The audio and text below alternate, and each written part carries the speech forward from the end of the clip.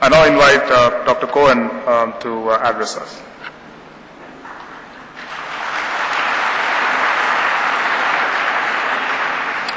Good morning. After that, I think I'll just stop right here and ask for questions, okay? Kishore Mahbubani is not only a friend, but he was my boss. I taught at his school, Lee Kuan Yew School in Singapore, earlier this year. And he's also friends with my present boss, Strobe Talbot, so I have to be careful in what I say. But clearly, I can't improve on that. I agree with 98, 99% of what Kishore has said. We might find 2% difference. I might add a few things in the margins, but clearly, I think you've heard a masterful overview of the changing world today. In fact, we were talking earlier in a lounge with a young woman who's going off to graduate school, maybe Singapore, maybe America, maybe someplace else. She wasn't sure. And I said, you're lucky because you're young, you're adaptable, and you're going to enter a world which is changing before your eyes. And one thing one thing I still like to do is teach, to meet young people because their world is different than my world. In fact, history is more of a guide than international relations discipline. That what happened in the 19th century, the 17th century, even earlier, may be more relevant to what's going to happen in the 21st century than anything I learned in school. So and again, I applaud Kishore for his remarks. I agree with just about everything he said.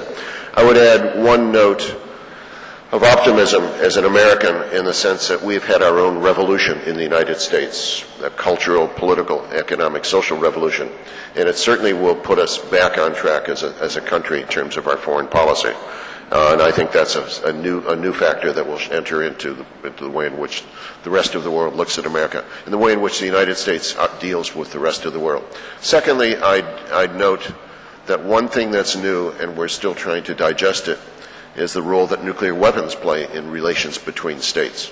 And I don't think it's accidental. It's not a coincidence that we've had an era of pretty much sustained peace because we've had an era of nuclear weapons. So these terrible weapons, which have the power to destroy, kill millions, hundreds of millions of people, in a perverse way also help preserve the peace. And that's something that is still being thought through by scholars and by statesmen and diplomats. So I think that would be another point I would add. Let me begin my remarks. And so I've shifted my talk. I'm really not going to talk about what I talked about yesterday, and Kishore Mahbubani has said most of what I could possibly say today, only he said it better than I could say it. So I'll just talk about a few other things, a few other issues. And really one pickup on his last point, and that is the contribution that the IIT group alumni can make towards India and towards the world. And I've got some specifics because we had a discussion yesterday about the new IIT think tank, and I've got some ideas. Perhaps it might be useful in that regard. But before I begin, I want to acknowledge a woman who's actually started her own think tank in Chennai, Swarna Rajagopalan. Swarna, are you here someplace? I'm not sure where you're at. There you are, over there. And Swarna was one of my very best students at Illinois and has come to India a couple of years ago and has started her own think tank, Prajna, which is based in Chennai, doing marvelous work in social issues and women's issues and gender issues. And that's a plug to contribute to Swarna's think tank, in case you didn't know it. So I did Swarna and I went out yesterday and I did some research on what I would talk about today. And where do you do research in Chennai? Landmark bookstore. So walking around the bookstore looking for books I could sort of copy out ideas from and to make a presentation today. And I saw two books which I think sort of encapsulated the problem perfectly.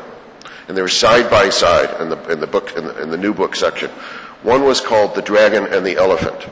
The other was called The Elephant and the Dragon. And I think that, so I thought maybe I should be at the Chennai Zoo rather than in a bookstore to do my research. Because I was thinking maybe there's elephants out there, maybe there's giraffes out there.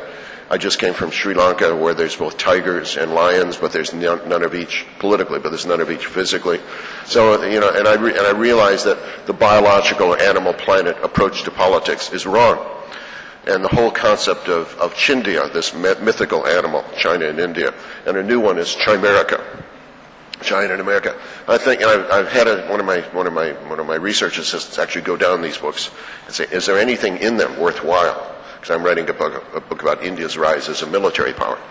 And basically the conclusion was no, that these are simply gatherings of data, statistics, but not any meaningful analysis about how you compare states, how you characterize states. Pakistan is characterized as a failed state. What does that mean? Well, it turns out it's a complicated issue. It can't be dealt with in sound bites.